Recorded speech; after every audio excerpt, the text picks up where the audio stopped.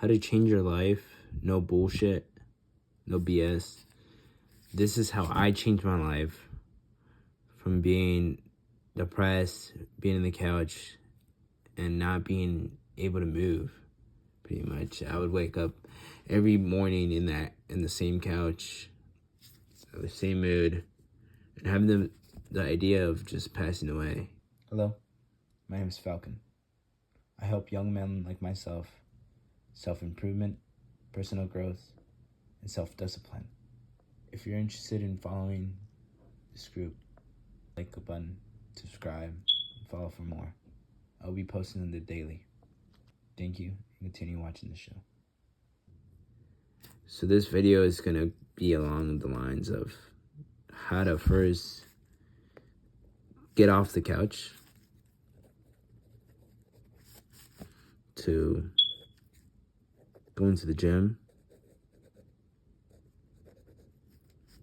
to making friends,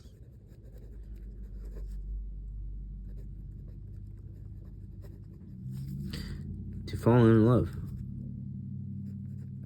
with a special girl that I fell in love with, that to this day I still think about. She's very special, very traditional woman. Some of us don't have the opportunity to meet women like that, and probably will never meet women like that because of the way that you are, or if you're willing to change, you probably will. You probably will meet a woman like that. But it takes a lot of dedication to find a woman like that. A woman that's disciplined, a woman that's willing to listen to you, a woman who cares about your actions, your feelings, and doesn't care about your money, doesn't care about what you bring to the table, but just cares about you because you make her feel so special. You make her feel safe. You make her feel surrounded. You make her feel secure. So we're going to go from being depressed on the couch to then finally have the motivation to go to the gym, change your own life, and feeling better about yourself. I started at, let's say, 207 pounds.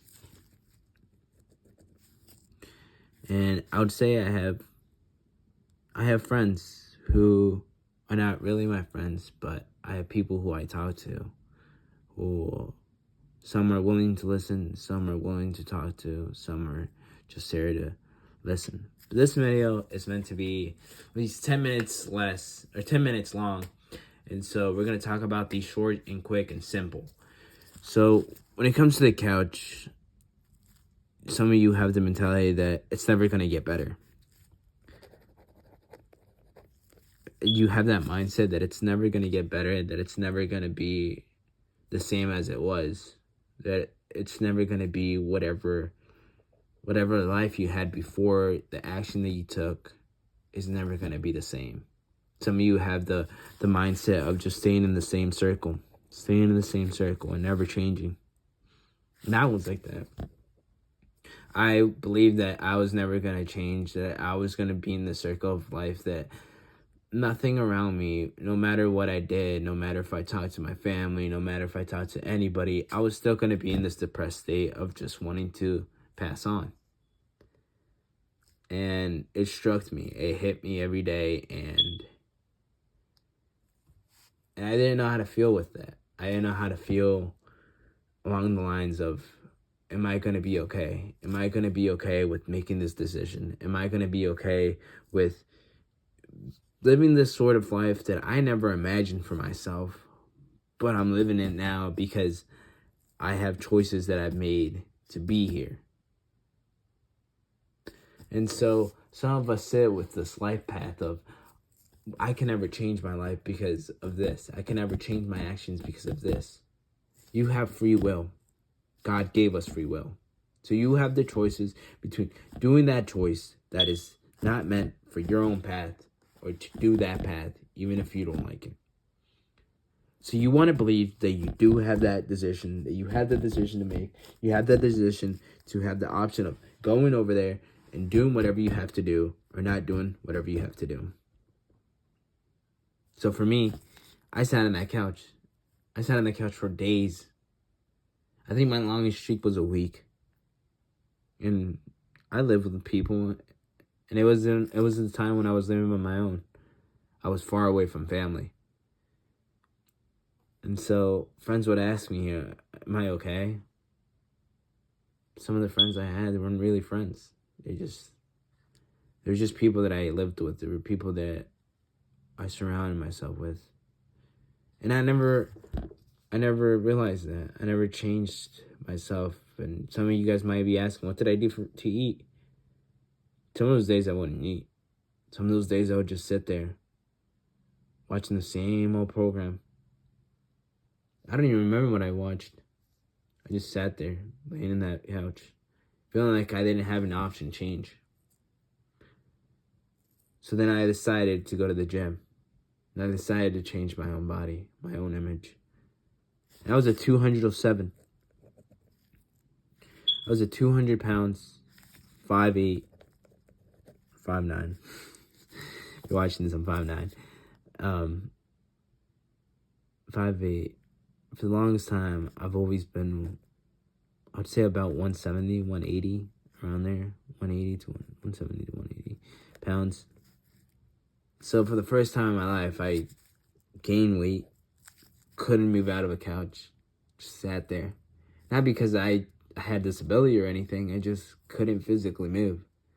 I felt like I was stuck there. I felt like I couldn't move, like nothing was ever gonna change. So then I made some friends. I started changing my habits, started changing my diet, seeing how life goes. And I made friends who I had to pay for to be a part of the club. And so to make friends, if you're stuck in the same place that I was stuck, paying for friends it's a choice.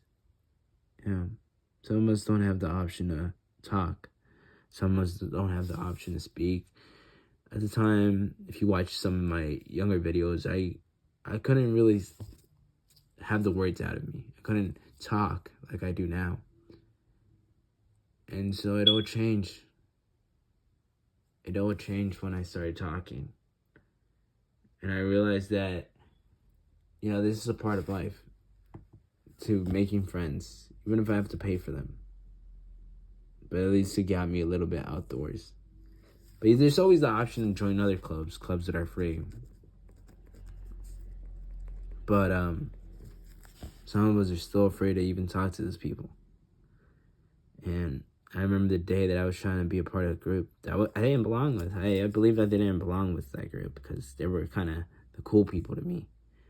Those people were your average good-looking dudes. They looked like they played in the football team in high school.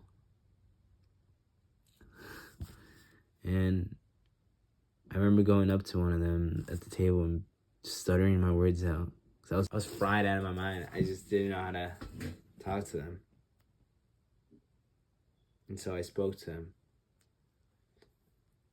And he looked at me like I had a problem, like I had a disability. But that never changed the fact that he treated me how he treated me. He treated me with respect. He treated me nice. He had a character in him. And that's what I respected. So you always have the option to pay for friends, go to the club. Or join a club that's free to make friends. So the option's yours. So when you make friends and you start getting to talk to people, God brings you the love of your life. Or at least when you start going out and adventuring and you start this is you. You just adventure out, branch out, seek for other opportunities. And God brings you the love of your life when you least expect it. And you got to keep in mind that sometimes the things that you love are not always yours. Especially humans when it comes to humans.